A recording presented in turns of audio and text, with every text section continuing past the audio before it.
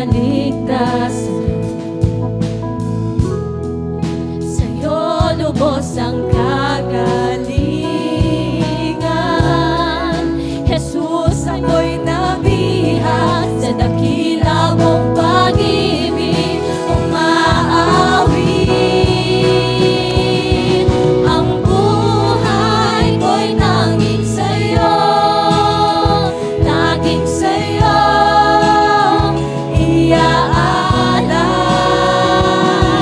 Ang puso ko'y nanging sa'yo, laging sa'yo, Panginoon. Ang buhay ko'y nanging sa'yo, laging sa'yo iaalay. Ang puso ko'y nanging sa'yo, laging sa'yo, Panginoon.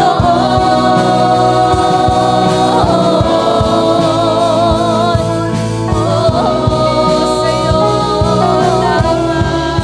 laging sa'yo iaalay.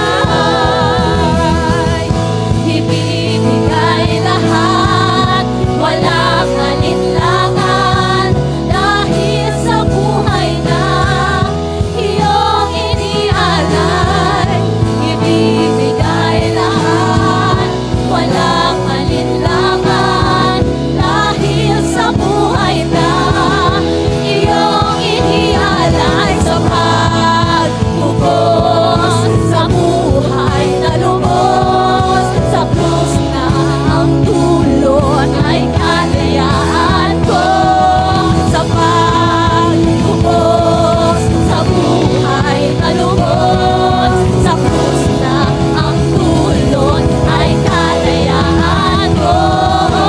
Buhay ko'y laging sa'yo, laging sa'yo iaalay.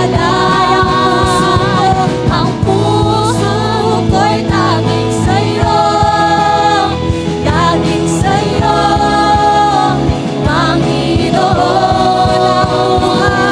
Ang buhay ko'y laging sa'yo, laging sa'yo iaalay. Ang puso ko'y laging sa'yo, laging sa'yo, Panginoon. Ang buhay ko'y laging sa'yo, laging sa'yo iaalay. Ang puso ko'y laging sa'yo, laging sa'yo, Panginoon. Walang hanggang katapatan, sa buhay ko'y lagi mong naan. Narito dahil sa biyaya mo, habang buhay nagpupuri sa'yo. Pupurihin ka sa awit, itataas ang aking tinig, itatanghal sa buhay ko'y laging ikaw, O Diyos. Higit pa sa kalangitan ang iyong kaluwalhatian, katakilan mo'y di mapapantayan. Walang hanggang katapatan, sa buhay ko'y lagi mong laan.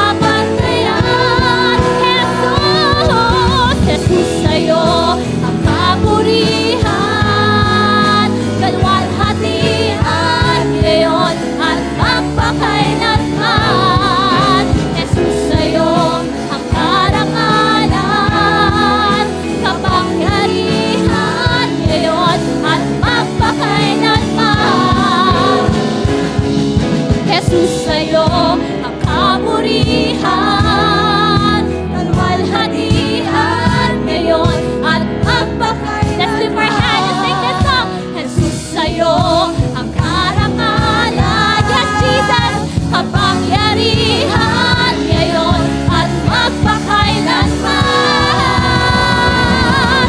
Pupurihin ka sa awit, itataas ang aking tinig, itataas sa buhay ko, tanging ikaw, O Diyos. Higit pa sa kalangitan, ang iyong kalwalhatian, kadakilaan mo, hindi mapapantayan. Pupurihin ka sa awit, itataas ang aking tinig, itataas sa buhay ko, tanging ikaw, O Diyos. Higit pa sa karapitan, ang iyong kalwalhatian, kadakilaan mo, hindi mapapantayan.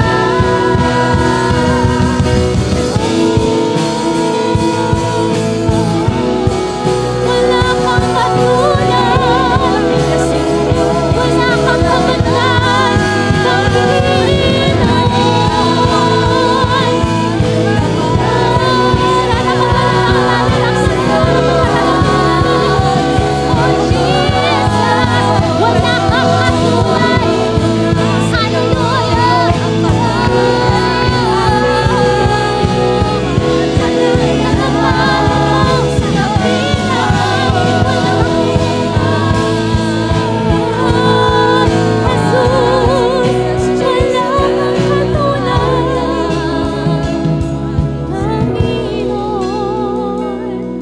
wala kang katulad.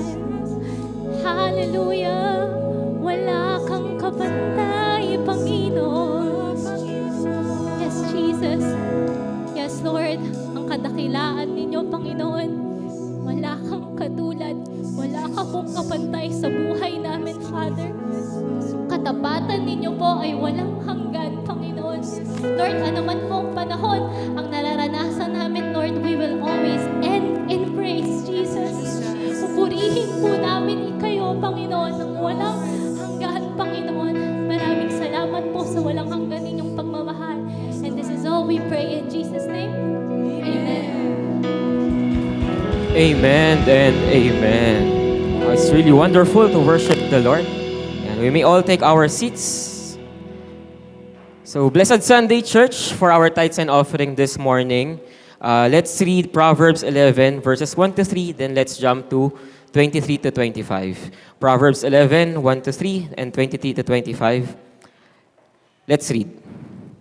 The Lord detests the use of dishonest scales, but He delights in accurate weights. Pride leads to disgrace, but with humility comes wisdom. Honesty guides good people. Dishonesty destroys treacherous people. So now, while we are reading these verses, makikita po natin na may ginagawang comparison dito na kapag ito yung ginawa mo, this will be the repercussions. Kapag ito yung ginawa mo, there will be punishments at ito yung mga pwedeng mangyari sa'yo. Now, what can we learn from these passages? Una, let's live a life of honesty and integrity. During our recharge night no Wednesday po, nabanggit ko na sa work, there are employees na nagtitake ng OT pero hindi naman talaga nagtatrabaho, hindi ba? And kung tayo ay may mga hinahawakang empleyado, kung managers man tayo, I hope na we are giving them the right benefits and the right pay. Hindi tayo nagiging dishonest sa kanila. At sa mga students na nandito, kapag sinabi ni teacher na ang libro natin ay 100 pesos lang, hindi natin sasabihin sa magulang natin na ito ay 1,000. Napakalaking kickback nun, hindi po ba? At dito pinakita na napakatapang ng ginamit na salita dito. Sabi dito, the Lord detests. Kinasusuklaman ng ating Panginoon ang mga mandaraya. So, what should we do? We should live a life of honesty and integrity. Ngayon, nabanggit po natin ang salitang integrity. What does integrity means? Integrity means that even if no one is looking, you are still doing the right thing. Hindi natin kailangan ng approval ng ibang tao. Hindi natin kailangan ng acknowledgement ng ibang tao. Kahit walang nakakakita sa atin, patuloy nating ginagawa kung ano ang tama dahil nakikita ng Panginoon kung ano ang mga ginagawa natin. Number 2, let's live a life of gaining wisdom and being humble. Sabi dito sa verse 2, pride leads to disgrace, but with humility comes wisdom. Ngayon, ang tanong ko po sa bawat isa sa atin, kailan po ba tayo nagiging prideful? Minsan na po ba natin nabanggit ang mga salitang, I deserve this? Yes, it's true. Deserve natin to kasi pinagtrabahuhan natin, pinagpuyatan natin, talagang pinagpawisan natin na makuha ang ganitong pay o magawa ang ganitong benefits.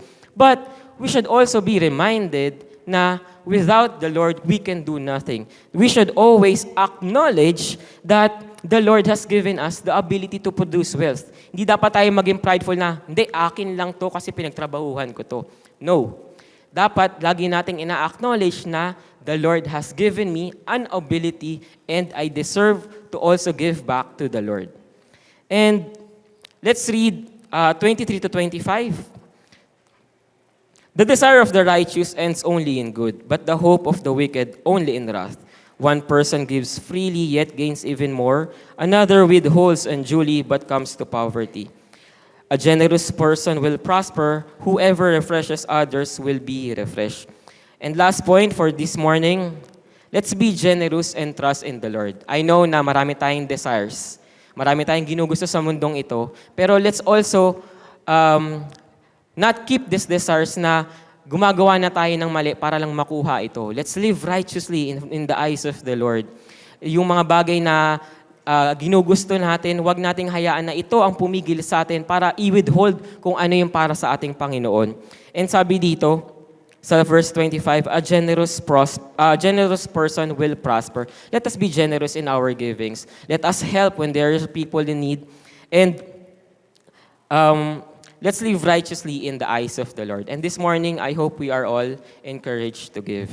So for our givings, we have 4 envelopes. The red po is for our tithes, and the white naman po, the blue naman po is for our offerings. The white naman po is for our missions sa ating pag-abot, Lord, sa mga nangangailangan ng tulong, at sa mga estudyante na sa ating parating na campus ministry. And sa brown naman po is for our building. Nakikita po natin na napakaganda, nagiging improvement. Unti-unti, pero mayroon. And for those who are watching online, you can still give through GCash and online bank transfer. For those details, you may contact sa ating FB page. So would like to invite each and every one of us to stand up and let me lead you into prayer. Lord, maraming salamat po, Lord, sa umagang ito at muli kami nagkasama-sama, O God. Lord, patawarin niyo po kami, O Lord, kung meron mga pagkakataon, Lord, na naging sinungaling kami, na naging mandaraya kami. Lord, itama niyo po kami, O God. Lord, maraming salamat po dahil patuloy niyo po kaming pinapaalalahanan, O Lord, na itama ang aming mga gawain, O God. Maging honest, O God, na kahit walang mga taong nakakita sa amin, patuloy pa rin namin gagawin kung ano ang tama, O Lord, at nakakalugod sa inyo. Maraming salamat po, O Lord, dahil muli nyo kaming pinaalalahanan, O Lord, na maging generous, O God, na hindi, O Lord, na maging stingy, O God, Lord, because, O God, ayaw na ayaw nyo ang mga mandaraya, O God. Lord, maraming salamat po, O Lord, dahil kayo ang aming Diyos. Maraming salamat po, O Lord, dahil sa inyong pagmamahal, O Lord, ay ramdam na ramdam namin. We give you all the glory and praise. In Jesus' name we pray. Amen and amen. We may all give to the Lord.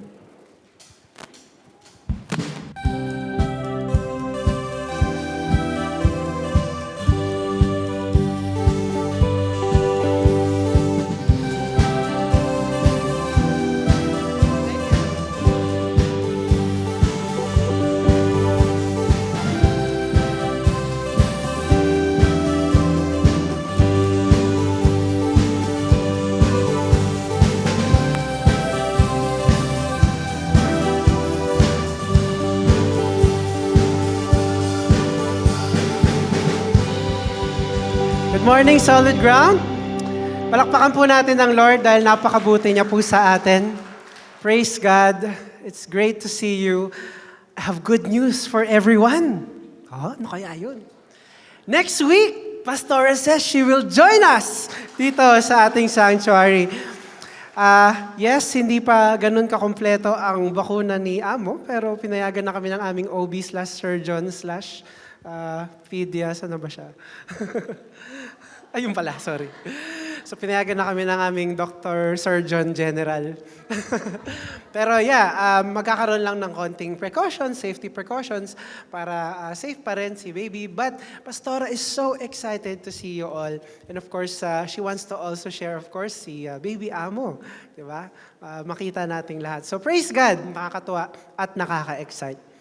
So this morning, we will begin a new series. Tapos na tayo sa 1 John, 2 John, 3 John. Pupunta naman tayo sa siya pa rin, kay John. Now, para tayong imagine niyo na lang, para tayong nagsimula sa future, tas babalik tayo sa past. Na ngayon, pag-uusapan na natin si John nung siya ay disciple or apostle, di ba? Nung 1st, 2nd, and 3rd John, siya si Lolo John. So si John na medyo may edad na, at sinulat niya yung mga yun nung sa island siya ng Patmos. But this John, Book of John, itong series natin ngayon, ito yung after mamatay ni Jesus, sinulat niya ang book na ito. It's exciting. Let me tell you why, Solid Ground. The Book of John is a really special book. Now, we have 4 Gospels. We have what? Matthew, Mark, Luke, and of course, John. Now, lahat sila kind of the same. It's the story of Jesus. But there's something with John. Kakaiba yung pagkakasulat niya. Meron siyang ibang atake sa sulat niya. Meron siyang ibang purpose kung bakit niya sinulat yun. And it differs a lot compared sa Matthew, Mark, Luke, and John. At hihimayin natin. It could take weeks bago tayo matapos sa John, but I promise you, the book of John is just so filled with just the pure, awesome Word of God na I'm sure kahit nabasa na natin siya, ang dami nating matututunan. Are you ready sa journey natin sa John? Amen. So, let me just begin with a few things na meron ang Book of John. Let me introduce to you. Now, si Matthew, Mark, and Luke, sila ay tinatawag na synoptic. Synoptic ang kanilang pagkakasulat. So, synopsis. Sinasabi lang nila yung mga nangyari. Pero si John, ang pagkakasulat niya, gusto niya talagang ipakilala sa atin kung sino ba talaga si Jesus, anong purpose niya, ano ang mission niya. Now, hindi katulad ni Matthew, Mark, Luke, and John. Yung tatlo, talagang parang ginagawang journal lang. Hindi lang, pero ginagawang journal kung ano yung ginagawa ni Jesus habang buhay siya. Pero si John, umaatras siya, pinupull back niya yung curtain at pinapakita niya, ito ang dahilan ng lahat ng ginawa ni Jesus. Pinapakita talaga niya. Ito pa ang isa sa mga isa sa amazing things about the book of John. He has a focus on the word believe. Believe. Matthew mentions the word believe 11 times. Mark mentions it 15 times. Luke mentions it 9 times. Hulaan niyo ilang beses sinabi ni John. 98 times. He mentions believe in his book 98 times. That's a lot more than the 3. John was writing his gospel hindi lang para magkwento. It's not just a story. In fact, it's an invitation para ma-encounter natin si Jesus. Kaya kakaiba ang laman at content ng John. Should we just read John? Absolutely not. We should read all the Gospels. In fact, we should read the whole Bible. But what I'm sharing to you today is iba ang atake ni John. I'm gonna give you an example. Si John, hindi niya exactly sinunod yung chronological order ng pagkakakwento. And there is a reason. I'll give you an example. Cleansing of the temple. Sa Matthew, Mark, and Luke, yung cleansing of the temple, yung pumunta siya sa temple, yung tinapon niya yung mga money changers, pinagtatataob niya. Remember that story? He did it just before he was going to be arrested. If you read it, it's in Matthew 21, it's in Mark 11, it's in Luke 19. But in John, it's in John chapter 2, verse 13 to 22. Why does John put this event in the beginning of his book? Chapter 2. Why? You know why?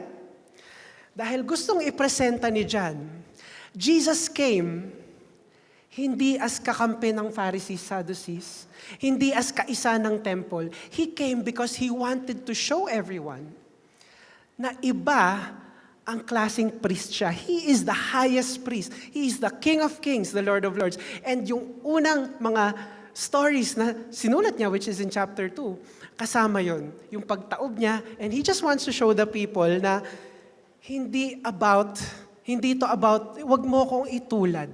Wag mo itulad si Jesus sa mga high priests, Pharisees, and Sadducees. So let's begin. Let's read our first passage for today in the book of John. John chapter 1, verse 1 to 18. In the beginning was the Word, and the Word was with God, and the Word was God. He was with God in the beginning. Through Him all things were made. Without Him nothing was made that has been made. In Him was life, and that life was the light of all mankind. The light shines in the darkness, and the darkness has not overcome it. There was a man sent from God whose name was John, at ito si John the Baptist, ibang John. He came as a witness to testify concerning that light, so that through him all might believe. Diyan pa lang, may believe na, di ba? He himself was not the light. He came only as a witness to the light. The true light that gives light to everyone was coming into the world. He was in the world, and though the world was made through Him, the world did not recognize Him. He came to that which was His own, but His own did not receive Him. Yet to all who did receive Him, to those who believed in His name, He gave the right to become children of God. Children born not of natural descent, nor of human decision or a husband's will, but born of God. The Word became flesh and made His dwelling among us. We have seen His glory, the glory of the one and only Son, who came from the Father, full of grace and truth. John testified concerning Him. He cried out, saying, "This is the one I spoke about when I said, 'He who comes after me has surpassed me because He was before me.' Out of His fullness we have all received grace in place of grace already given. For the law was given through Moses, grace and truth came through Jesus Christ." Last verse. "No one has ever seen God, but the one and only Son, who is Himself God and is in closest relationship with the Father, has made Him known." Let's bow our heads and pray. Dear God, we thank You for this beautiful morning, for this beautiful Sunday. Father, we are so ready, Panginoon, na aralin, Lord, ang lahat ng sasabihin Niyo sa amin, Panginoon. Father, yung iba sa amin, kung meron, Panginoon, mga dalahin, Father, allow us, Lord, na isang tabi muna at matutunan muna namin kung sino Kayo, O Diyos. Father, we pray that You introduce Yourself to Your children who are hungry to know You more. In Jesus' name we pray. Everybody said, Amen. Now let's go to the very first verse. In the beginning was the Word, and the Word was with God, and the Word was God. What does this mean? For years, as a young Christian, I have struggled with this verse. What does it mean? In the beginning was the Word, and the beginning was God, diba? Okay, so Word. So, is it Word of God? In the beginning, there's Word of God, and then the Word of God was with God? Teka, paano? Bakit hindi na lang sinabi na in the beginning there was God and there was His Word? Hindi ko magets. Tapos, tinanong ko rin sa sarili ko, yun ba ay dahil sinabi ni God na, let us create the heavens and the earth? Yun ba yung word na nasa beginning? Was that it? Well, it explains it in verse 14. Let's jump to verse 14. The Word became, and that is the title of our sermon today. So if the Word became flesh, who is the Word? It's Jesus. It's Jesus. Basahin uli natin yung verse 1, palitan natin yung word ng Jesus. In the beginning was Jesus, and Jesus was with God. Does it make sense? And Jesus was God. Wow. Now suddenly, it makes a lot of sense. Tama? Kasi sa lahat ng binasa natin from verse 1 to 13, medyo hindi ko magets, pero nung verse 14, dun niya sinabi, the Word became flesh. And that is obvious. Sabi pa dun sa verse 14, and made His dwelling among us. We have seen His glory, the glory of the one and only Son who came from the Father, full of grace and truth. Wala na pong question. The Word is Jesus Himself. Now, nagtanong ako sa sarili ko, okay, Jesus, yung Word. Pero bakit, John, ginamit mo yung word na salita? Why would you use word? Why don't you just say in the beginning pa lang, in the beginning was Jesus, and Jesus was with God, and Jesus was God? You see, the problem is, nung panahon ni Jesus, sino kalaban? The Pharisees, the Sadducees, the high priests, and so on. Mga taong taga-temple. Ano yung iisang linalaban nila? The law, the Word of God. Do you get it? Do you get it, Solid Ground? John was writing this to show people, guys, the law is not first. The Word is not first. In the beginning was the actual Word, and it was Jesus. The problem is, nung panahon ng Israel, it was all about the law. Tama? In fact, kinakalaban si Jesus mismo with the law. Sabi ni Moses, sabi ganito, ganyan. At makikita natin yan sa Matthew 22:36. Teacher, which is the greatest commandment in the law? Tinetest siya dyan. Sabi sa Matthew 19:3, some Pharisees came to Him to test Him. They asked, is it lawful, ayan na, for a man to divorce his wife for any and every reason? Sabi sa Luke 10:25, on one occasion, an expert in the law, tignan natin to expert in the law, stood up to test Jesus. Teacher, he asked, what must I do to inherit eternal life? Akala ko ba, expert ka sa law. Why do you have to ask Jesus? Do you see the pushback? May tinuturo si Jesus, and these Pharisees, Sadducees, and high priests, ang binibida lagi nila is the law, the Word. And that's why John had to write the very first sentence, the Word. The Word was in the beginning. In the beginning was the Word. Amen? I want you to look at the next few words. Ano sabi? In the beginning. Right? In the beginning. Question. It's a time element. We know it's a time element, right? Pero in the beginning, is that when God decided to create the heavens and the earth?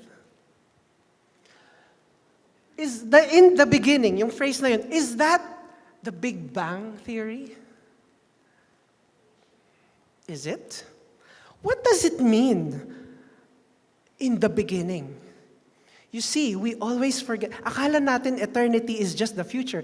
We forget that there is eternal past. And not just eternal future. Yes, we get to spend time in heaven with God for eternity. But remember, brothers and sisters, God existed eternity past pa. So, hindi si Jesus kasama ni God nung nag-create siya ng heaven and earth. Kasama ni God si Jesus ever since.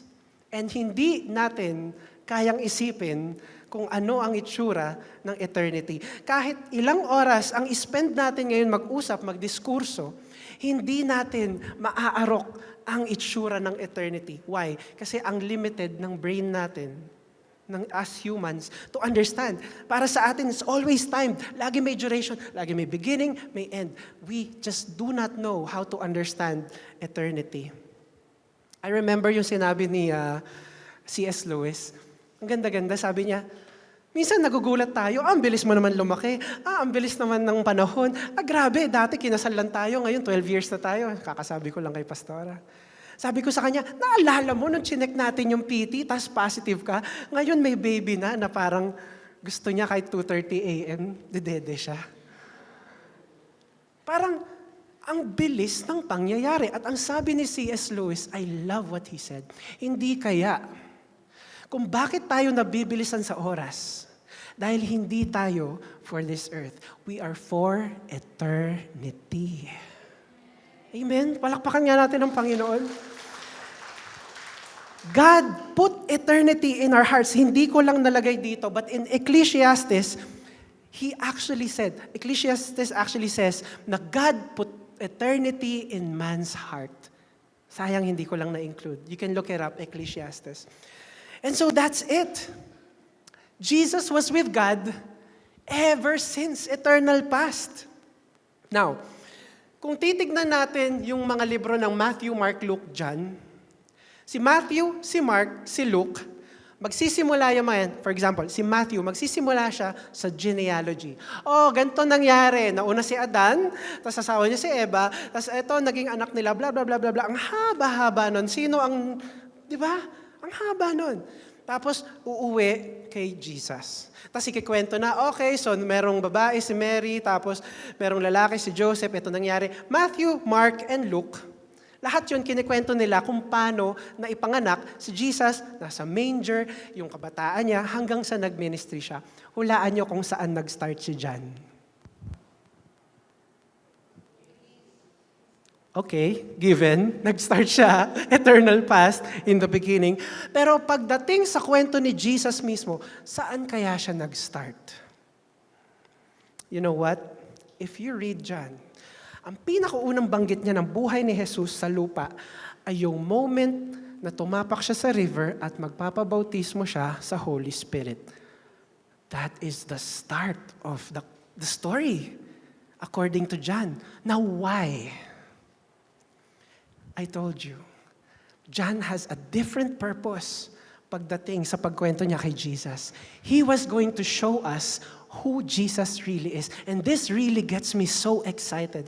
I was studying this and I could not believe the amount of content dito lang sa first 18 verses. John is so powerful pagdating sa pag-explain niya sa mga bagay-bagay.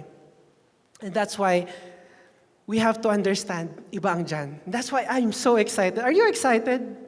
Napakasaya. Let's go dun sa verse 2. He was with God in the beginning. That's Jesus.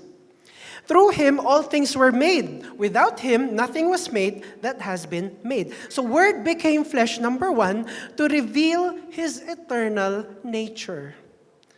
I-reveal ang eternal nature ni Jesus. Sabi dun sa verse 2, He was with God in the beginning. Genesis 1:26. Anong sabi doon? Then God said, let us. Sino yung kasama ni God doon? Yung stars? No. It was Jesus. Make mankind in our likeness. In our image, in our likeness. Question, brothers and sisters. Kinailangan ba talaga na bumaba ni Jesus sa lupa para ipakita niya yung kanyang eternal being? Kinailangan ba? Yes. Para mapakita ang eternity, kinailangan bumaba ni Jesus sa lupa. Visibility of the invisible God. You see, in the Old Testament, God was just invisible. In the Old Testament, actually, if God came down or an angel of the Lord came down, hindi mo nga pwedeng tignan. You would die. That is what the Old Testament stories tell us. So, si God, nagpapakita siya through individuals. Moses, Abraham, Isaac, Jacob, the prophets, judges. Ganyan siya nagpapakita. Also, through the burning bush, the pillar of cloud, the fire by night. Nagpapakita siya sa vision, sa dreams, si Joseph, si Daniel. Remember? Nagpapakita rin siya through miracles and wonders. But now, let's read John 1:18. Sabi, no one has ever seen God, but the one and only Son, who is Himself God, and is in closest relationship with the Father, has made Him known. Dahil sa pagbaba ni Jesus sa lupa, sa wakas, we can see, we can touch who God is. For thousands of years, panahon ng Israel, God was something, was in the air, was in a branch, na dumadaan sa propeta. Because of Jesus, they could actually see God. And it is needed para maintindihan ng tao ang eternity. Jesus showed the eternal sa paggawa niya nun. Alam nyo, dito nga malalaman mo na Jesus is eternal kasi sabi sa John 14:2, "My Father's house has many rooms. If that were not so, would I have told you that I am going there to prepare a place for you?" Jesus knew for so many millennia or just infinity, eternity, nag-uusap si Jesus at si God. At alam niya ang itsura ng heaven. Pagbaba niya, sinabi niya sa mga disciples, may maraming rooms. Maraming rooms. Huwag kang mag-alala, may availability. Kailangan ikaw, may availability din for Jesus. Oh, galing talaga ni Jesus, no? Now, in the Old Testament, the concept of eternal life, okay, ang eternal life ay sinasabi sa Old Testament. Pero ang dami lang mga tao, hindi nila nagigets ang eternal life or hindi nila pinapansin kung ano sinasabi ni God in the Old Testament patungkol sa eternal life. In fact, sabi sa Psalm 16:10-11, "Because you will not abandon me to the realm of the dead, nor will you let your faithful ones see decay. You make known to me the path of life. You will fill me with joy in your presence, with eternal pleasures at your right hand." Sa Old Testament, sinasabi na ni God, there is eternity. Sabi sa Psalm 49:15, "But God will redeem me from the realm of the dead. He will surely take me to Himself." Sabi sa Daniel 12:2, "Multitudes who sleep in the dust of the earth will awake. Some to everlasting life, others to shame and everlasting contempt." So brothers and sisters, in the Old Testament, God was already telling people, guys, there is eternal life. Pero somehow, people still sinned kasi hindi nila ramdam. Baka hindi nila pinansin. Wala naman yun. Sige, magkasala pa rin tayo. Jesus became flesh to reveal the reality of eternity. Napakagandang example ni Jesus. Let's look at verse 4. "In Him was life, and that life was the light of all mankind." You know, minsan, pag iniisip natin ang creation, paano nabuhay si Adan? Di ba galing sa alabok? At ano ang ginawa ni God para mabuhay si Adan? He breathed life through His nostrils. Now, I want to remind everyone, it's not just God who created. Genesis 1:26, "Then God said, 'Let us make.'" Hindi lang po si God ang nagke-create. Jesus was creating. Do you get it? "Let us make mankind in our image, in our likeness." Brothers and sisters, does it make more sense? Nung si Jesus ay pumunta sa lupa, ang isa sa ginawa niya ay magpagaling. He is a creator too. Jesus created too. He created humans. Kaya nung bumaba siya sa lupa at nakakita siya ng pilay, nakakita siya ng bulag, nakakita siya ng babae na nagbe-bleed for 40 years. Sorry, was that 40 years? Tama ba ako? Sorry, 12. Pinapahaba ko yung suffering ng babaeng ito. I'm sorry. Times 3. Yung babaeng nag-suffer for 12 years, nung nakita ni Jesus yung mga taong yun, because He is a creator, He healed. He had such compassion to His creation. And why not? Let's go heal people because I love them. I created them. You see, sometimes we think it's just God, the creator, but Jesus also created. Don't you love Jesus even more? Brothers and sisters, He can heal you and me. May karamdaman ka bang pinagdadaanan? Na-experience mo ba yan last week lang? Or has it been going on for years, even 12 years, or even more? Brothers and sisters, Jesus created you. He can heal you. Amen? Palakpakan natin ang Panginoon. There is miracle in the healing of Jesus. Sabi sa John 11:25, He can also resurrect. I am the resurrection and the life. The one who believes in me will live even though they die. So if Jesus can heal, He can definitely resurrect. Hindi lang yung sarili niya, kundi tayo. Kasi creator nga siya. Ano ba naman yung resurrect? Napakadali na lang nun sa Kanya. One of our Christian philosophers or even pastors known in history, si Charles Spurgeon, ang sabi niya, the believer cannot have any loss in death, for by dying, he attains the goal for which he lived. Mga kapatid, maybe you have experienced a death of a loved one. Pwedeng last year lang, recent lang, pwedeng it has been years, pero hindi naman talaga madali maka-move on from a death of a loved one. Amen? Until now, sometimes it hurts whenever naiisip natin sila. We are also happy they are in heaven. Pero one thing that it reminds us is that hindi ito ang katapusan. And that's exactly what I shared nung Friday sa funeral service kay La Aldrin for Auntie Diday. Na death is not the end. Sometimes we are so scared, but death is the beginning. The reason why we're here doing our best for God is because we are getting ready for heaven. Amen? Ang sabi sa verse 5, the light shines in the darkness, and the darkness has not overcome it. Word became flesh, number 2, to conquer darkness. For such a long time, darkness ang namumuno sa mundo. This is especially true sa Old Testament.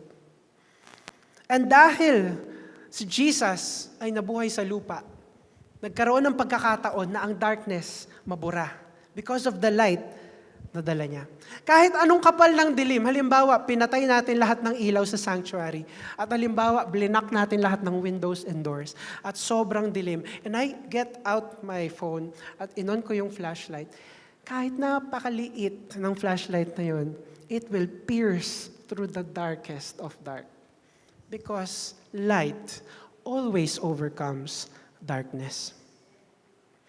You know, I remember I watched a video ng preaching ni Pastor Christine Kane. She is a pastor from Australia.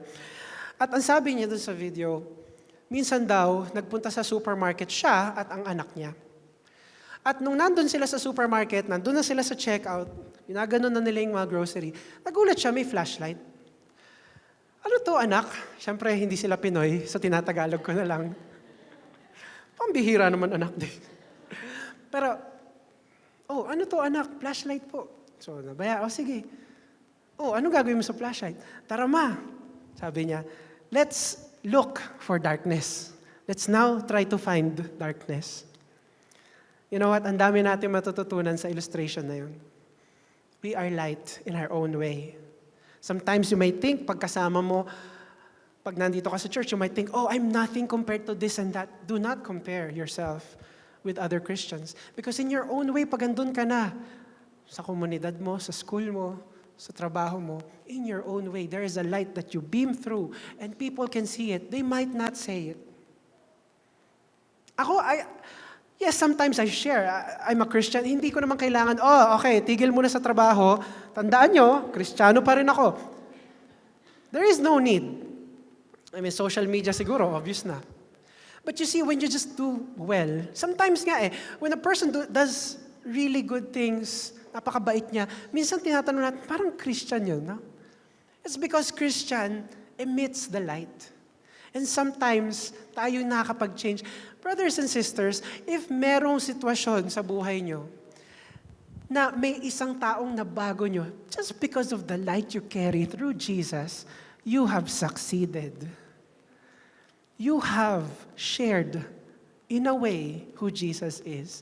And you know, that person, hindi naman kagad siya, sige, magsimba na tayo. Maaring hindi, pero nakatanim na yan. Kahit saan na siya pumunta, it's there. Kapag nahaharap siya sa problema o naharap siya sa temptation, pwedeng gawin niya yung temptation, pero maalala niya, teka, yung katrabaho ko, yung kaskwela ko, yung light na meron siya, parang nare-rebuke na rin ako. And you see, that's the thing. As Christians, minsan, we just have to do good. Kanina shinare ko sa workers, 1 Corinthians 13, about love. Love is patient and kind.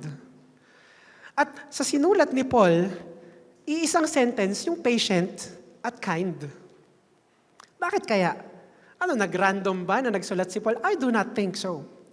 You know, sometimes we are patient, but we are not kind. No? Sometimes, sige, pagpapasensyahan kita, pero naku, titirisin kita. Di ba may mga Christians, we need to be patient and kind. I mean, andun ka na eh.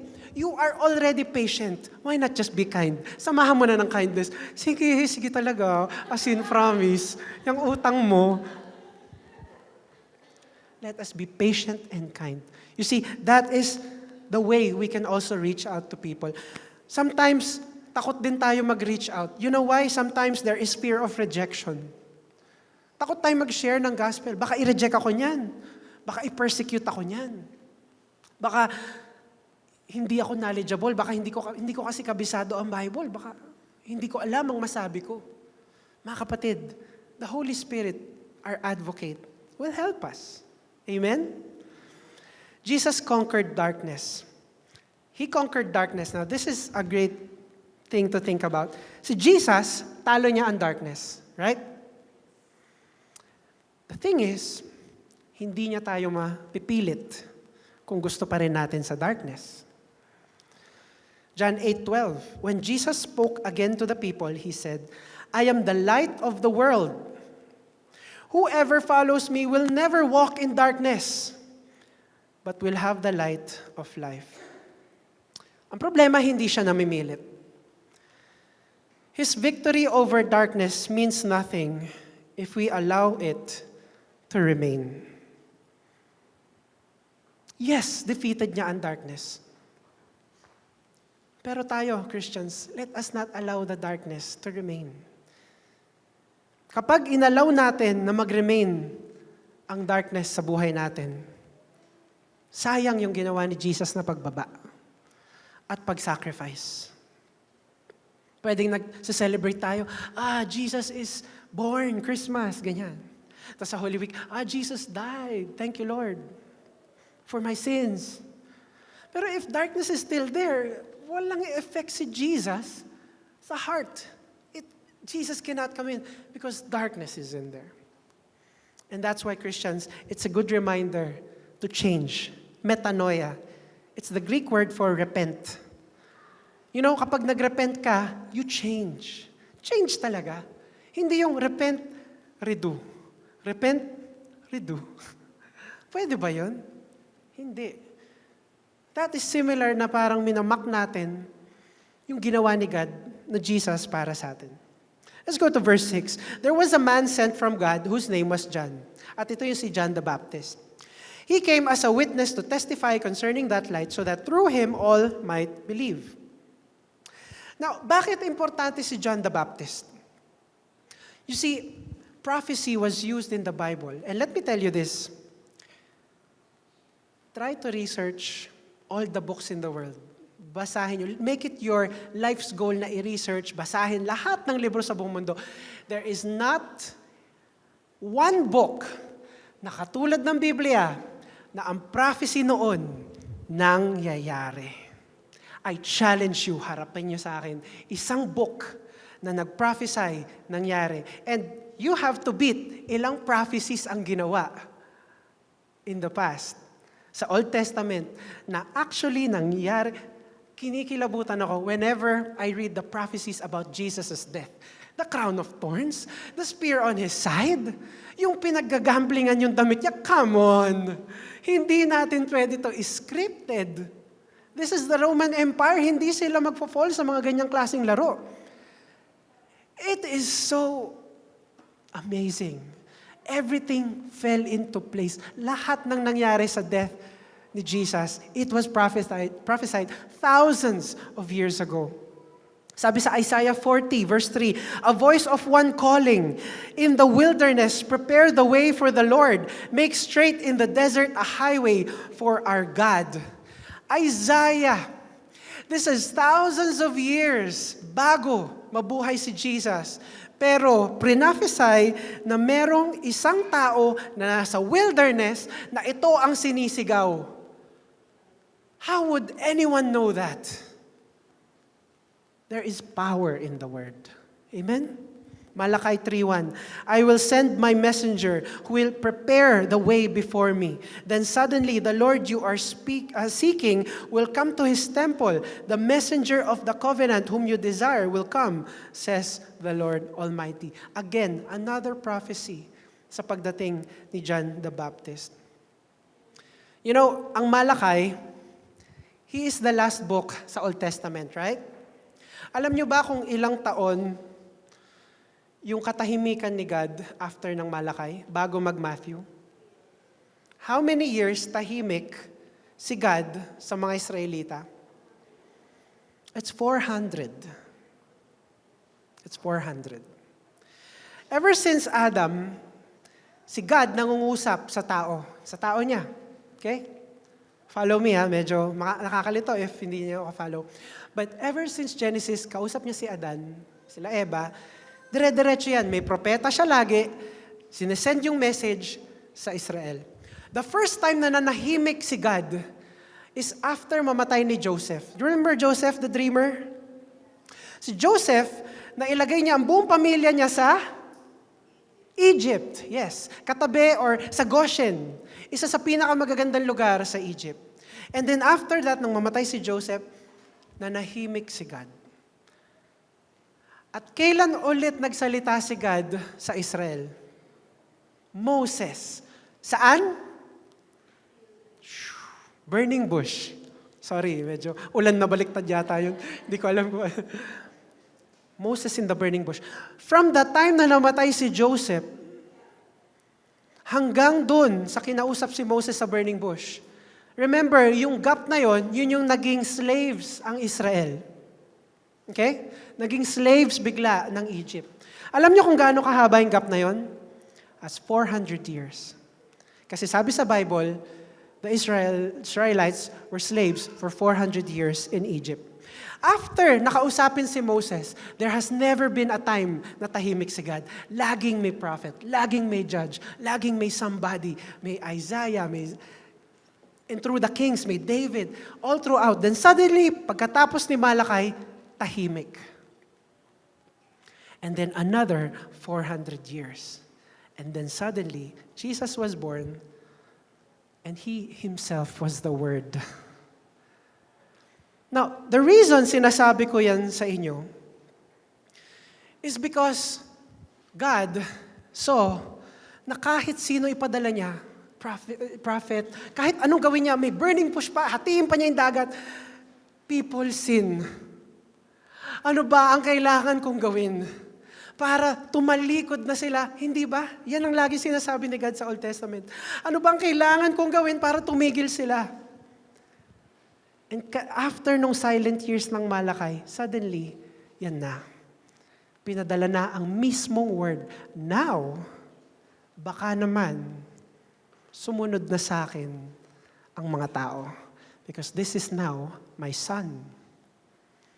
Do you see? So, God always wanted to talk to us. God always wanted to communicate with us.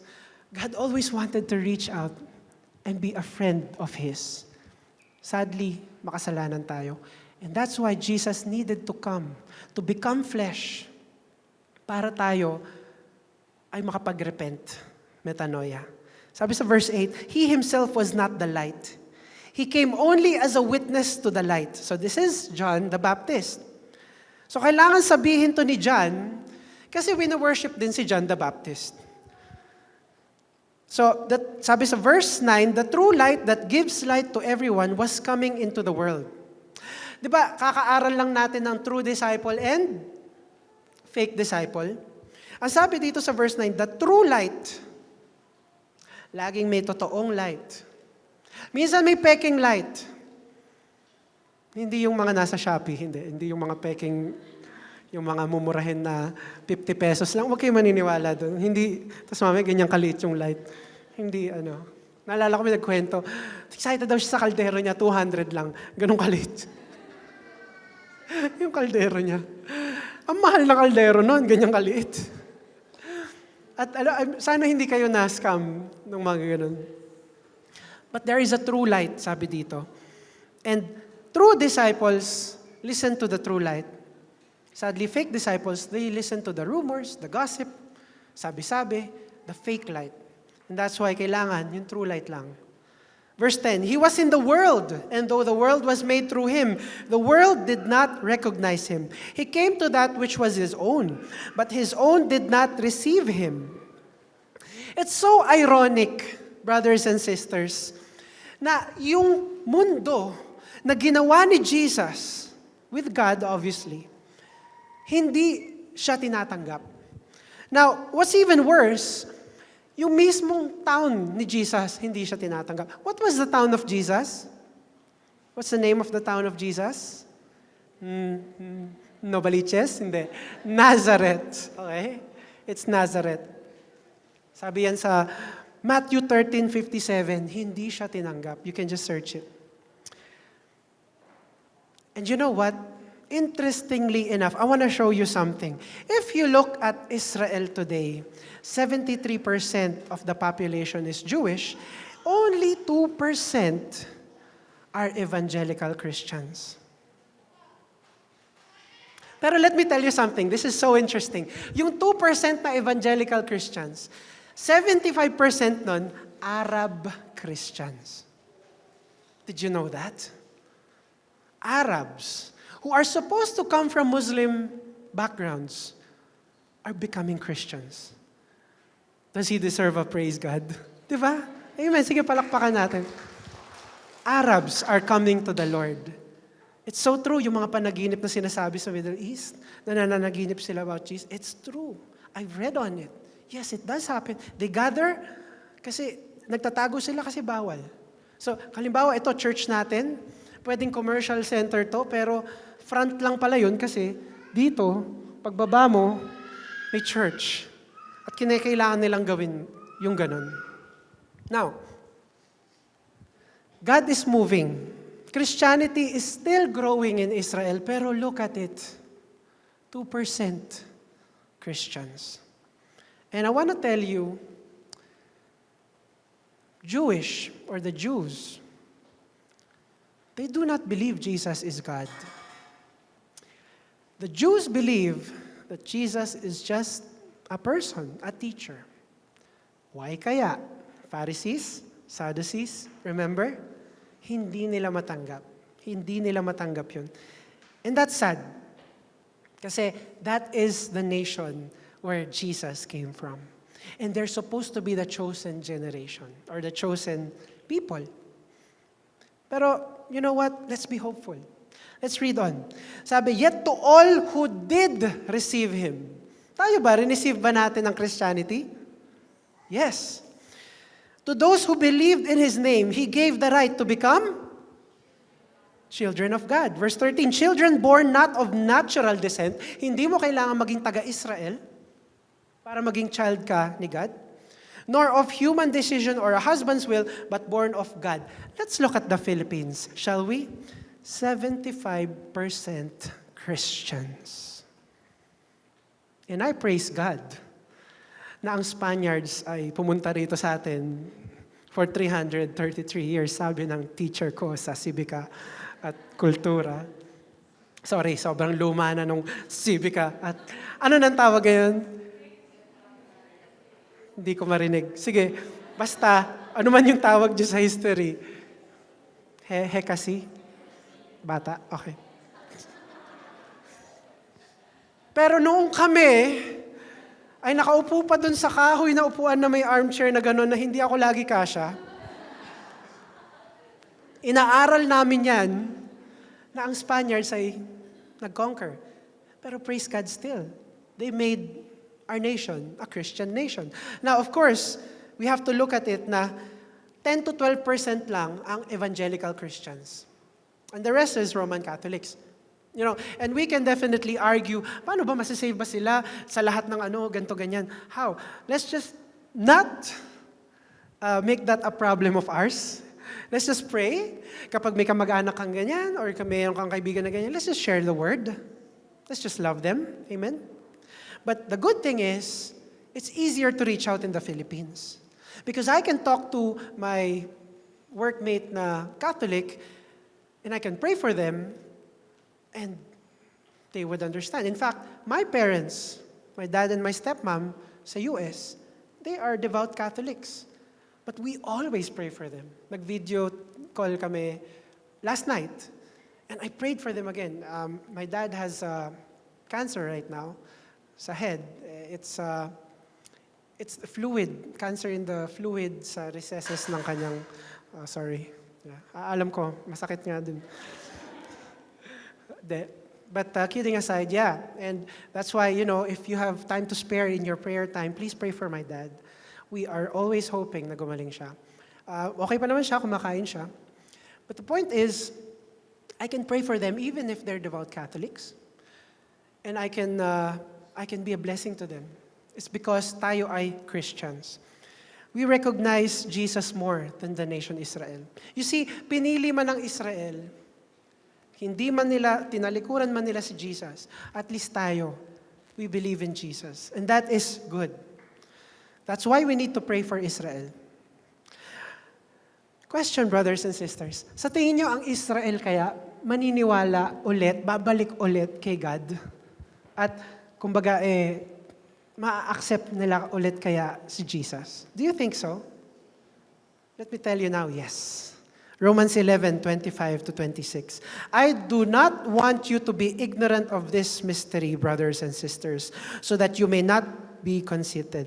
Israel has experienced a hardening in part until the full number of the Gentiles has come in. And in this way, all Israel will be saved. This is Paul talking. Okay? As it is written, the deliverer will come from Zion. He will turn godlessness away from Jacob. That is already proof that Israel one day will come to Christianity. Let's continue, verse 14. The Word became flesh and made His dwelling among us. We have seen His glory, the glory of the one and only Son, who came from the Father, full of grace and truth. John testified concerning Him. He cried out, saying, "This is the one I spoke about when I said, 'He who comes after me has surpassed me because He was before me.'" Verse 16, "Out of His fullness we have all received grace in place of grace already given. For the law was given through Moses. Grace and truth came through Jesus Christ. No one has ever seen God, but the one and only Son, who is himself God and is in closest relationship with the Father, has made Him known." If we look at verse 17, andito ulit yung point kung bakit inulit yung word. For the law, yung law is word. Okay? For the law was given through Moses. So, it's this again. Linalatag ulit ni John, kung ang law na laging linalaban ng Pharisees, galing kay Moses, ang galing naman kay Jesus, is grace and truth. Nauna si Jesus. And that's why we have to know na it's all about grace and truth, kaysa sa law ni Moses. So, dapat, hindi na laging hinaharap ng Pharisees yung law kay Jesus. Word became flesh, number 3, to bring grace and truth. Alam niyo po, ang law ng Pharisees ay strikto. Napaka-strikto.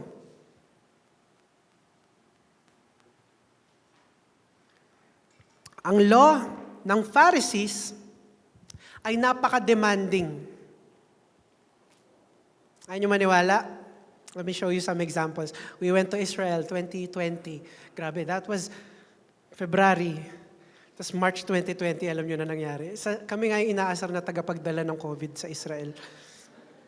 So, ewan ko kung totoo yun. But, but still, we were able to go to Israel, praise God. And here are some of the things na medyo absurd dahil sa pagsunod nila sa law. Sabbath. You've all heard kung paano silang kastrikto on their Sabbath. And Sabbath is Friday. Okay? Sa kanila, it's Friday. Kapag Sabbath or Friday, bawal magpatay ng ilaw. Mahal siguro ng kuryente nila. Biro mo, okay. Sabihin na natin may meeting tayo ng Friday. So Thursday, bubuksan mo na yung ilaw kasi bawal mo siyang patayin or buksan ng Friday. Did you get it? Magbukas ka lang, magpatay ng ilaw is considered work. Kaya ang ginagawa nila, may timer sila. Pwede. Galing. Okay. So bawal gumamit ng phone pala pag Sabat, guys.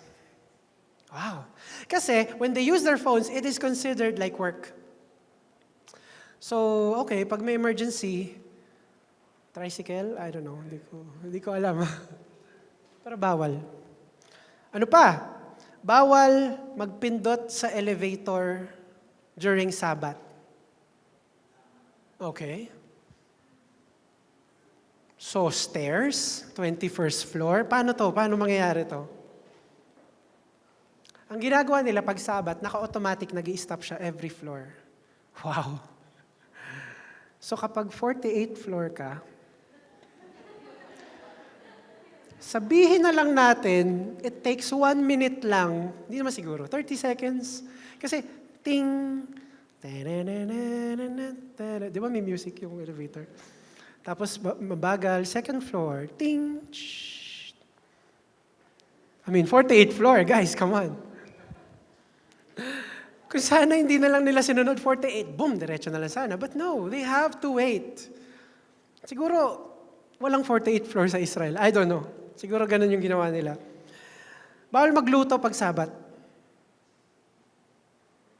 So ginawa nila, Thursday pa lang, ilalagay na nila sa parang initan na pwedeng uminit lang hanggang gabi, hanggang umaga ng Sabat, hanggang gabi ulit ng Sabat. Yang karning yan, kalambot niyan. Di ba? Kung nagluto ka pa ng manok, kahit yung buto, kakainin mo sa lambot. Kasi oras, halos isang araw lang siya. Inumin mo na lang. Dahil sobrang lambot. Totoo yan. Naka-ongoing lang na nagluluto sa mababang apoy, pero kahit na oras, 24 hours, kahit napakaliit na apoy, siguro kandila, pwede. I don't know, but that's what they do. Constant painit. Bawal magpakain ng pets pag Sabat. Now, okay, hindi lahat sumusunod dito. So, merong mga talagang sobrang strict na dapat hindi na nagpe-pets. Dahil hindi nila pwedeng pakainin yung pets. Pumunta ka sa kapitbahay mo, yung mga Kristiyano doon, kasi Sabat ngayon, doon ka humingi. Maari, no? Baka may mga hindi sumusunod na, hali kayo dito. Kawawa naman yung mga pets. Ang ginagawa nila, papakain nila ng buffet ng Thursday. Tapos gets na lang aso, alam ko na to. Alam mo, ito na naman tayo eh. Kawawa naman yung mga pets. No? Mga Kristiyano yung mga pets. Ang demanding ng law. Ang demanding ng Torah. Pero walang tulong o suporta kung paano mapapanatili yung relationship with God. That's the thing. Puro rules. Where is the relationship? It has become a constant monitoring of these rules in their lives. Are we doing the correct way? Is it wrong? Is it right? Sa mga kawan na supplier, nung mababang initan, nung ulam na yan, yung mga ganyan. Ang imposible pong sundin. And that's why Jesus needed to come. Because again, the verse says, He brings grace and truth. Yes, grace. So grace, yes. And truth, yes. Bakit may truth? Kasi ito yung katotohanan.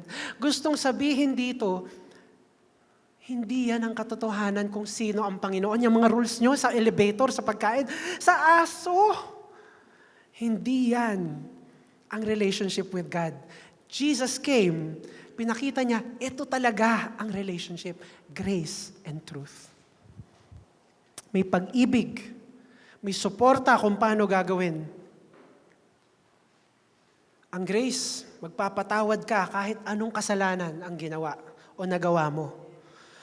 Sa law o sa batas nila Moses, sa batas ng mga Pharisees, kailangan ka mag-alay ng hayop pag nagkasala ka. Remember, sin offering, guilt offering.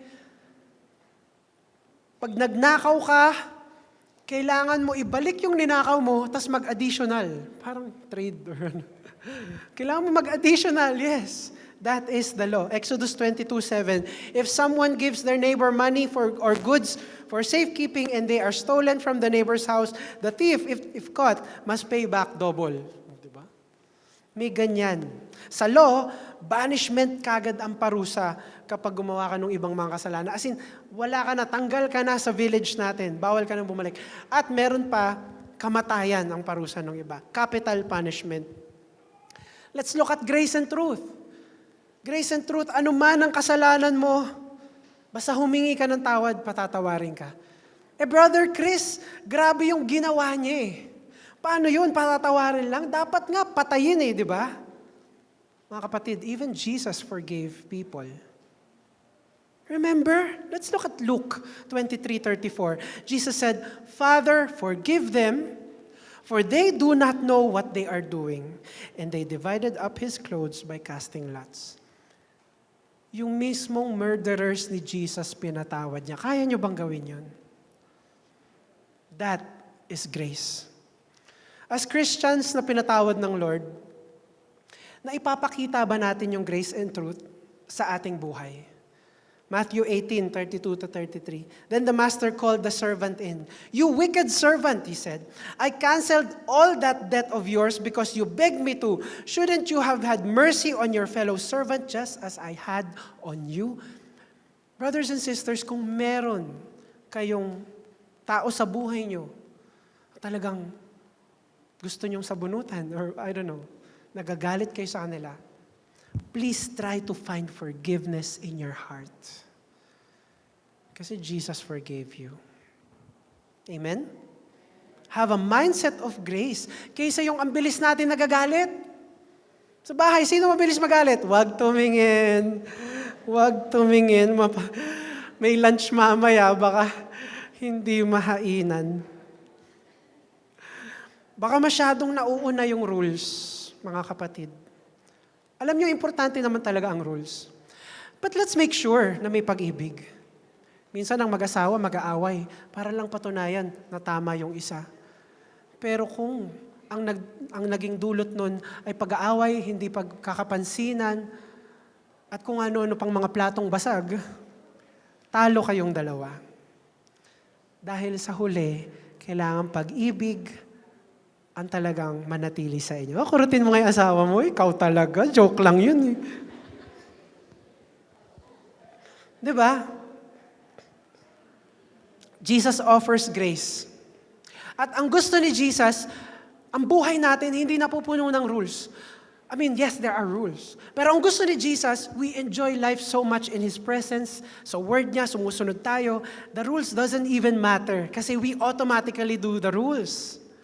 Just because sumusunod tayo ng maayos kay Jesus. What does John 10:10 say? The thief comes only to steal and kill and destroy. I have come that they may have life and have it to the full.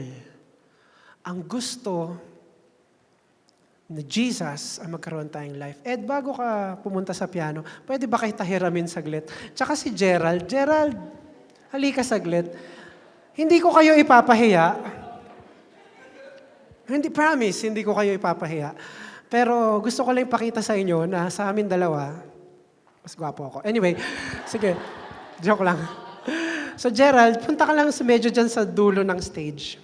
At Ed, lumayo ka kasi nahahawa ka ng kagapuhan ko. De joke. De, dyan ka lang, okay.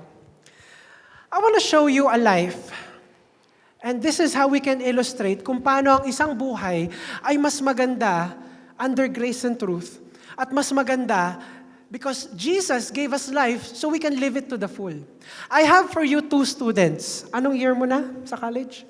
First year, kaka 2 weeks niya lang. Palakpakan natin si Jen. Puyat na daw siya. Puyat na daw siya niyan. Talaga, ah? Okay, wala pa yan. Tanungin mo yung mga 4th year dito, 3rd year. Si Ed, anong year mo na, Ed? 3rd year, high school. College, yes. At siya ay aeronaut. Palakpakan natin si Ed, napakasipag niyan. Malalaman mong masipag si Ed kasi yung isang polo niya nakababa,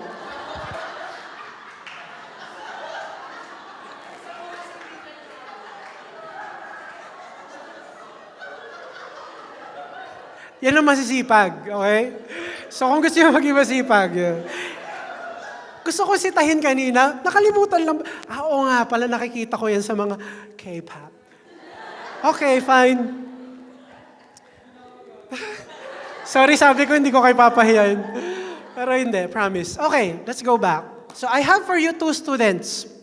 Ang isang student, talagang gusto niyang mag-participate, gusto niyang to enjoy the life na meron siya. Ang isang student, takot siya sa rules. So pwede natin sabihin na risk taker yung isa, risk averse yung isa. Meaning, ayaw niya ng risk. Ayaw niya magkamali. And this is exactly what grace and truth looks like and what living under the law looks like. So itong dalawang estudyanteng to, pag may class participation, ayaw niya mag-participate. Bakit? Kasi baka magkamali siya. Ngayon, ito namang student na to, mo na, okay lang, kamali. Lahat naman nagkakamali. Teacher, eto ang sagot. 5, mali. Okay, so 5. Oh, sige. Next time, bahala na, tignan natin.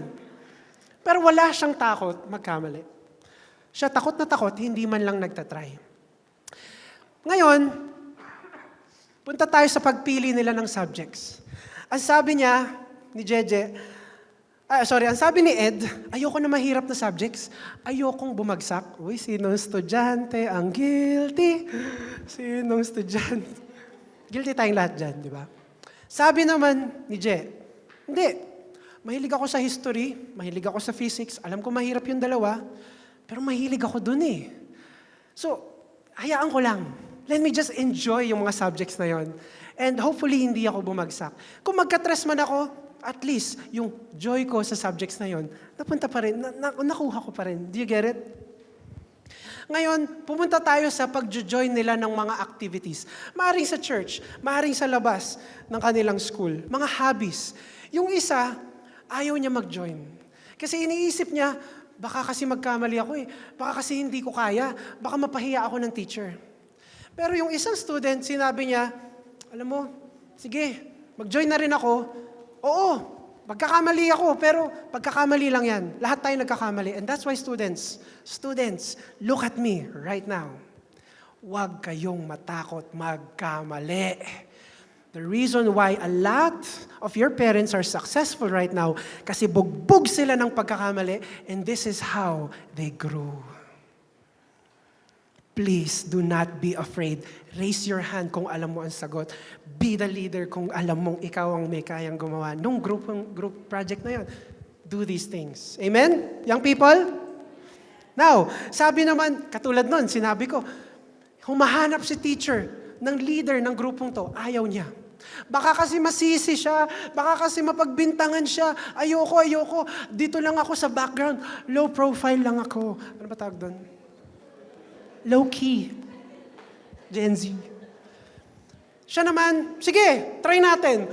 Na-try ko naman mag-lead ng konti nung ako'y bata. Tingnan natin, baka may leadership pala ako. Kung mag-fail, ipapasa ko lang. I'll just be humble kung talagang hindi ko kaya. Pero bakit hindi? Wala naman tumatayo. Yung isang yun, ayaw mag-leader. O sige, ako na lang. Pagdating naman sa public speaking, hiyang-hiya si Ed. Sorry Ed, hindi ganun si Ed, okay? Si Ed ay talagang confident at talagang kakaiba si Ed. Perfect,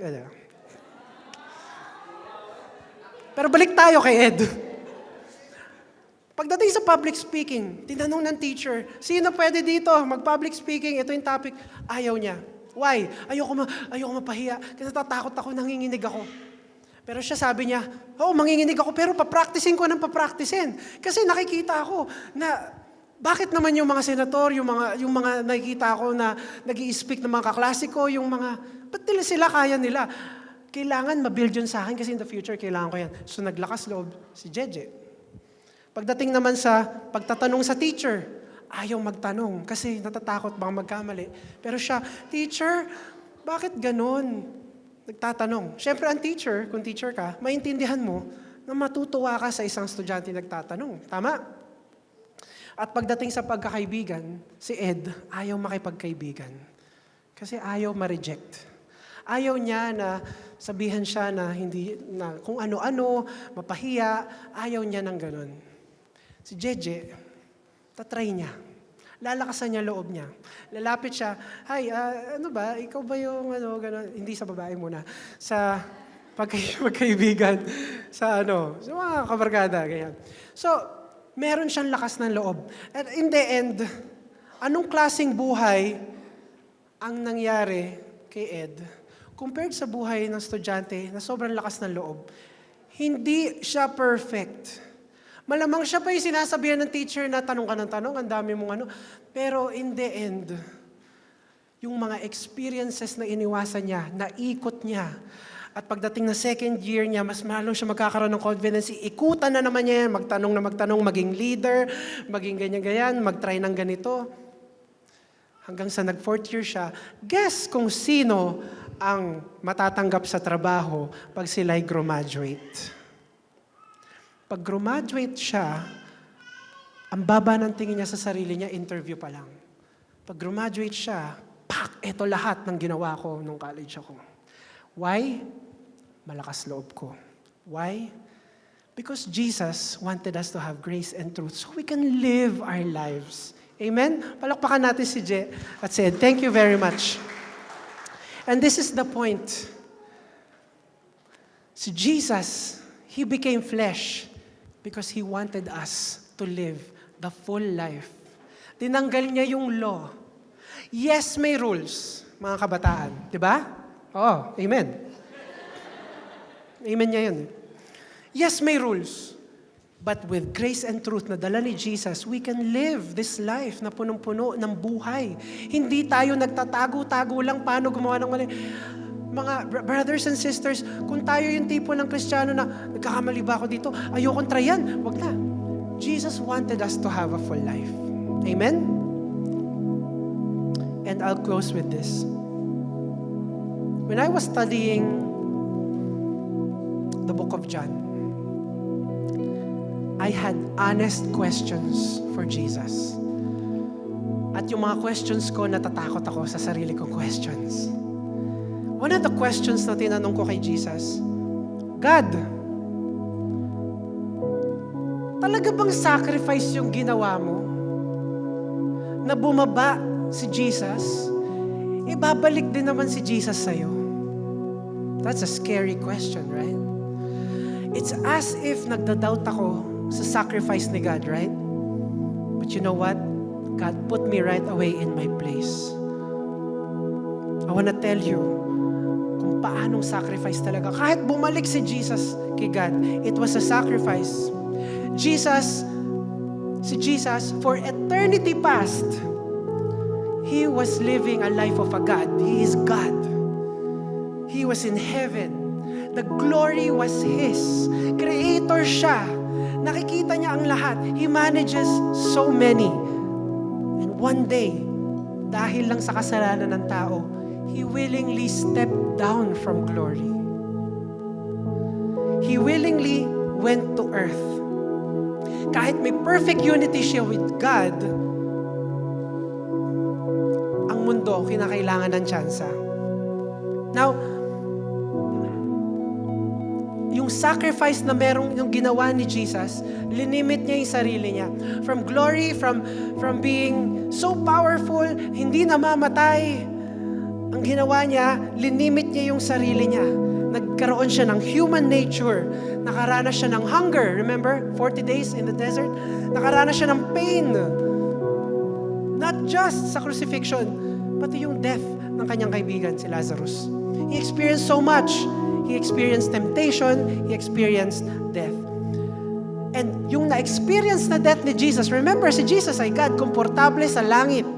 Wala na dapat silang pakialam sa atin. He went down, he experienced the most painful way to die ever recorded in the history of mankind.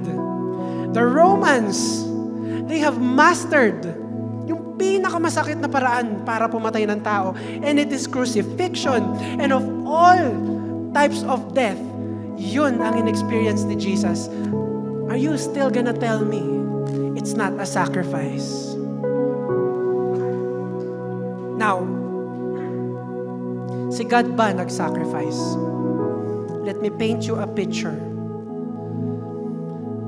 Would you allow your child, especially parents, would you allow your child parusahan sa harap mo, knowing full well kaya mong pigilan lahat yan? Isipin mo, kahit yung pet mo sa mga single or whoever, anyone na may child o may pet, kaya mo ba na hampas-hampasin yan sa harap mo na kaya mo namang pigilan at patayin sa harap mo? At ito yung point. Remember si Jesus, ang sabi niya, God, God, why have you forsaken me? Kasi sa perspective ni Jesus, He was the Son.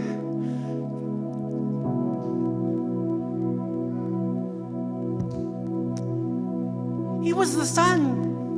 Ang mga anak hindi pinapabayaan ng tatay. Ang mga anak hindi pinapabayaan ng magulang. Pero nung nakasabit na siya sa krus, nasabi niya, Lord, bakit mo ako inabandona?